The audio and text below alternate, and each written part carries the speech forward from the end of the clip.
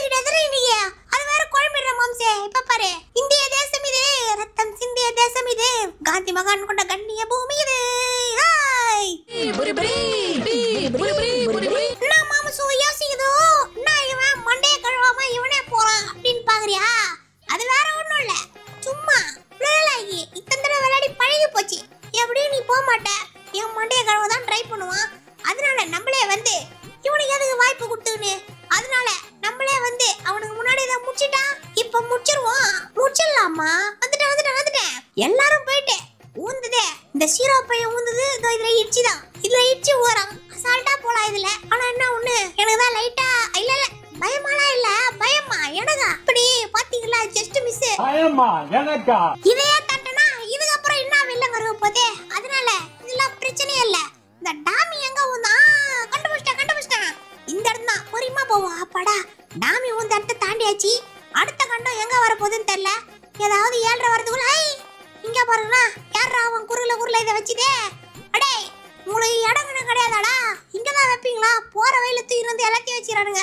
ஒன்னொன்னு தட்டி விட்டு பார்த்துக்குள்ள இவனுங்க ஆனா நம்மள தட்டி விட்டுருவானுங்க பொழுதே. ஒரே ஒரு கம்மி மேல நடக்க விடுறாங்க. வந்துட்டேன். ஐயா என்னங்க ஊறப்பட்டது குறுகால வச்சிடறாங்க. நடக்கிற வழியில அப்படி குப்பை எல்லாம் போட்டு வச்சிருக்கியா? இப்பதான் கால்வாசி வந்துக்கிறமா, இன்னும் முக்காவாசி போடுமே. அங்க பாருங்க, இங்க இருந்து அங்க இருந்து இங்க அம்மா தூரம் இருந்து அந்த மூலையில இருக்குது.